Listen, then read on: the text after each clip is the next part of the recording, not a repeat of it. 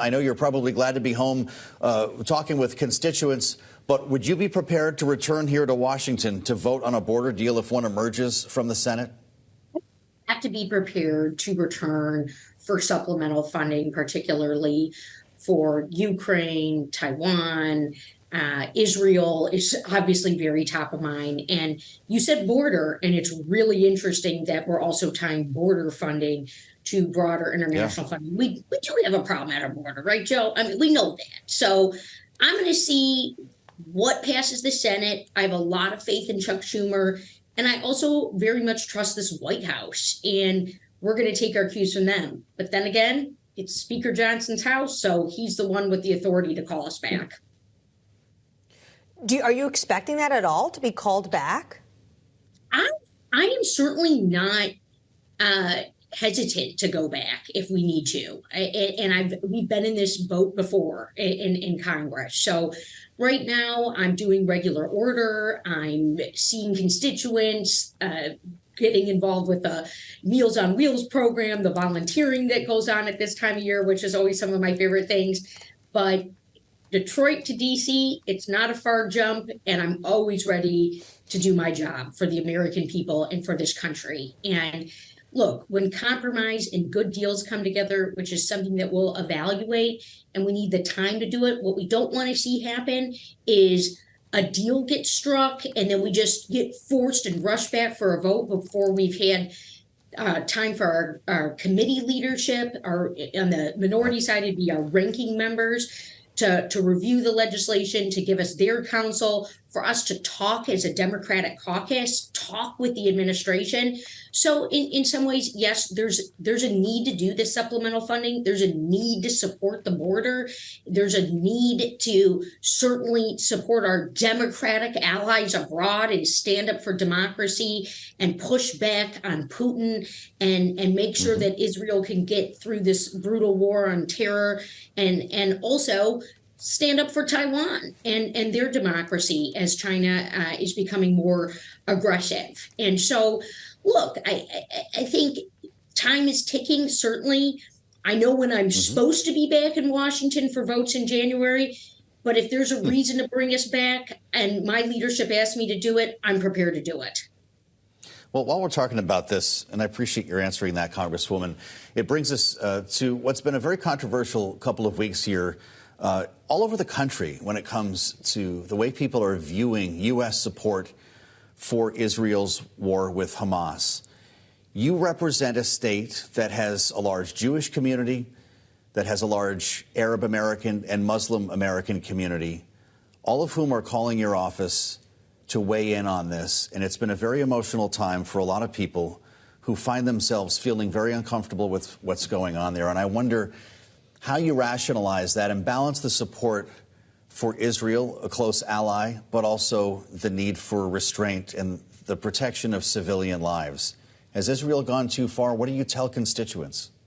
Well, look, what I have chosen to do since this conflict began, since the ceasefire that was in place on October 6th was broken on October 7th, is to be consistent and transparent and accessible. And I smiled when you talked about the constituents calling in, because they are exercising their democratic right. They are participating in their government, and they are engaging with me, and certainly hearing from a multitude of stakeholders. And I'll tell you, Joe, one of the things I'm really eager to do while I'm home in Michigan is to do some of those sit downs. There are some incredible leaders in the Muslim community who I have forged deep friendships with. It spent time with their families. It spent time personally together. And we need to have this time together, not just on phone calls and exchanges over text message, but really face-to-face sit-downs. And I know that's going to be of value to me when I'm, home here during this break. You asked me if Israel's gone too far. Let me respond very clearly. Hamas went too far. Hamas went too far, taking hundreds of people from multiple nationalities hostage, some 130 still being held hostage, infants, the elderly, Holocaust survivors, women brutalized and raped in free, democratic, and open society. The casualties of war are obviously horrific. I certainly understand the Biden administration being on the ground and working with Israel to minimize civilian casualties. We can't turn a blind eye to that. But what we need to do is stand up to terrorism, because it was blind terrorism. Arabs, Christians, Jews attacked for living the way that they have lived in a free democratic society that is the state of Israel. And I will continue to stand up for that every single day that I have the privilege of serving in the United States House of Representatives. President Biden described it this week, Israel's bombing campaign, as, quote, indiscriminate. Do you think now is the time to call for a ceasefire? I am not calling for a ceasefire right now. I am calling for Hamas to surrender. Hamas needs to absolutely surrender. They need to stop using people as human shields, particularly in Gaza. And certainly the administration, as they have been working across the Middle East, and in particular very closely with Israel, I think that they are going to guide them through some parts of this war. We have certainly learned our own lessons in the last 20 years with wars that we have participated in. And I know that Hamas is continuing to fire rockets daily into Israel that rarely gets covered. A lot of those rockets are misfired, landing on their own civilians. There's been tons of aid that has gone into Gaza that the U.S. has helped to fund, and it's being stolen by Hamas. It is not being given to the civilians, the elderly, the pregnant women who are in Gaza, who I certainly pray for every single day. Human life matters. We know that. We don't want to see war in the Middle East. Hamas needs to surrender. Israel needs it to secure its borders, and we need to stand up for our democratic ally. That is not Hamas. Yeah. Congresswoman, with the work that you're doing as part of the hostage caucus in the House, I wonder what you know, what you're hearing about Americans or any hostages for that matter. We learned today that Israel claimed or took credit for the mistaken killing of 3 hostages.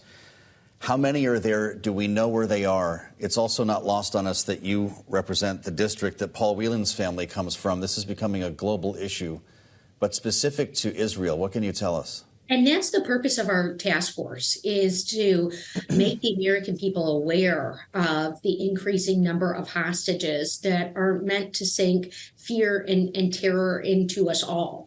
And you bring up Paul Whelan and certainly Russia's lawlessness, and now with their illegal war in Ukraine, and then what's taken place in Israel. And what we do know is that our governments are working very closely together. What happened today, I am still getting details and briefing on. I certainly have questions and heartbreak. I believe that Hamas likely set that up to happen. We know that they're drugging hostages and starving and mistreating. So to read reports that these 3 looked like threats when they likely haven't eaten a proper meal in months since they've been taken hostage, it raises some questions for me, frankly. And we also have been getting reports from the hostages who are returned. Last week, when we were doing one of my favorite events in Michigan, it is called the Menorah in the D. It's the menorah lighting in downtown Detroit. I had an opportunity to meet with 2 Israeli hostage families. And no joke, right when we sat down, one of their mothers, who had been just recently released FaceTimed in, and I got to meet her over the phone. And boy, did I need that. And I asked her so many questions, and I saw her resilience. And what's happened is that also Hamas is confusing the hostages while they are being imprisoned in tunnels. So I am continuing to push for the release of the remaining over 130, the at least 5 Americans that continue to be there. President Biden just sat down during this week of Hanukkah with the American hostage families in Israel. We've got a lot of work to do, and we will continue to work across the world with our allies to return these individuals.